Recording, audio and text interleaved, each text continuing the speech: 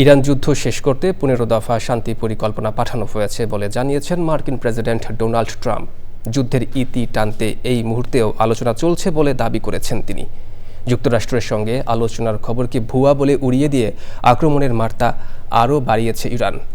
যুদ্ধে পূর্ণাঙ্গ বিজয় না হওয়া পর্যন্ত লড়াই চালিয়ে যাওয়ার ঘোষণা দিয়েছে দেশটির সশস্ত্র বাহিনী। যুদ্ধবন্ধে সংশ্লিষ্ট সব পক্ষকে দ্রুত শান্তি আলোচনার আহ্বান জানিয়েছেন চীনের পররাষ্ট্রমন্ত্রী। দুই পক্ষ সম্মত হলে শান্তি আলোচনার আয়োজনে আগ্রহী বলে জানিয়েছেন পাকিস্তানের প্রধানমন্ত্রী। সাদি মাহমুদের রিপোর্টে বিস্তারিত। দিন যতই যাচ্ছে ততই জটিল হচ্ছে ইরান যুদ্ধের হিসাব নিকাশ। একে অন্যের জ্বালানি স্থাপনা লক্ষ্য করে চালানো হামলা পরিস্থিতিকে আরও সংঘাতময় করে তুলছে।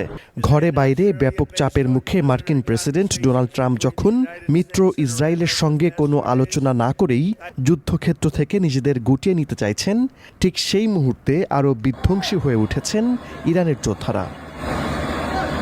এমন পরিস্থিতিতে ইরান যুদ্ধ শেষ করতে আবারও আলোচনা চলছে বলে জানালেন মার্কিন প্রেসিডেন্ট ডোনাল্ড ট্রাম্প। হোয়াইট হাউসে হোমল্যান্ড সিকিউরিটির নতুন সেক্রেটারির শপথ গ্রহণ অনুষ্ঠানে ইরানের বিরুদ্ধে চলমান যুদ্ধে যুক্তরাষ্ট্রের জয় নিশ্চিত হয়েছে দাবি করেন তিনি। যুদ্ধ শেষ করতে ইরানকে 15 দফা পরিকল্পনা পাঠানো হয়েছে জানান ট্রাম্প।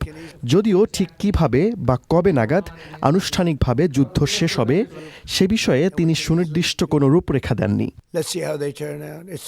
এর আগে ইরানের সঙ্গে একটি বৃহত্তর সমঝোতায় পৌঁছাতে আলোচনা চলছে বলে যুক্তরাষ্ট্র দাবি করলেও তেহরান তা অস্বীকার করে। একে ভুয়া খবর বলে উড়িয়ে দিয়ে আক্রমণের মাত্রা আরও বাড়িয়ে দেয়।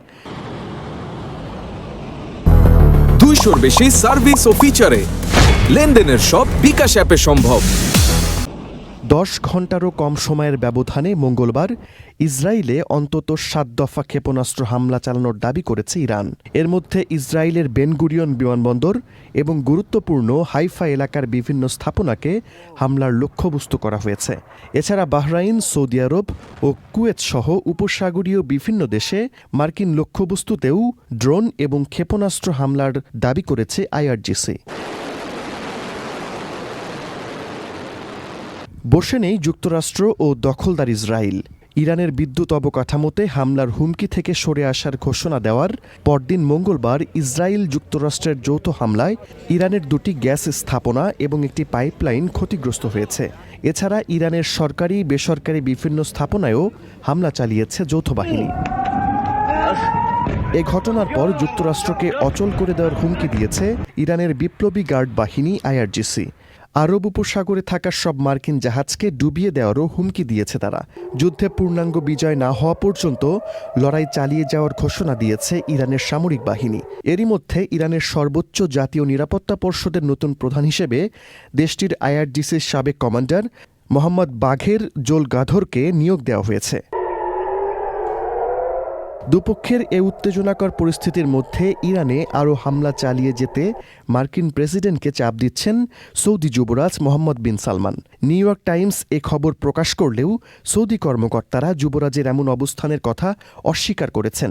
যদিও ইরান যুদ্ধ বন্ধে সৌদি যুবরাজের সাথে ফোনালাপ করেছেন ব্রিটিশ প্রধানমন্ত্রী কিয়ার স্টারমার। যুদ্ধ সংশ্লিষ্ট সব পক্ষকে যত দ্রুত সম্ভব শান্তি আলোচনা শুরুর সম্ভাবনা কাজে লাগানোর আহ্বান জানিয়েছেন চীনের পররাষ্ট্রমন্ত্রী অং ই। ইরানের পররাষ্ট্রমন্ত্রী আব্বাস আরাকচির সঙ্গে ফোনালাপে এই আহ্বান জানান বলে এক বিবৃতিতে জানিয়েছেন চীনের পররাষ্ট্র মন্ত্রণালয়। ইরানে চলমান যুদ্ধ বন্ধে যুক্তরাষ্ট্র ও ইরানের মধ্যে মধ্যস্থতাকারী হিসেবে শান্তি আলোচনা আয়োজনের আনুষ্ঠানিক প্রস্তাব দিয়েছে পাকিস্তান। দেশটির প্রধানমন্ত্রী শাহবাজ শরীফ জানিয়েছেন, উপসাগরীয় অঞ্চলে যুদ্ধ বন্ধে দুই পক্ষ সম্মত হলে শান্তি আলোচনার আয়োজন করতে আগ্রহী পাকিস্তান। সাদি মাহমুদ, চ্যানেল আই।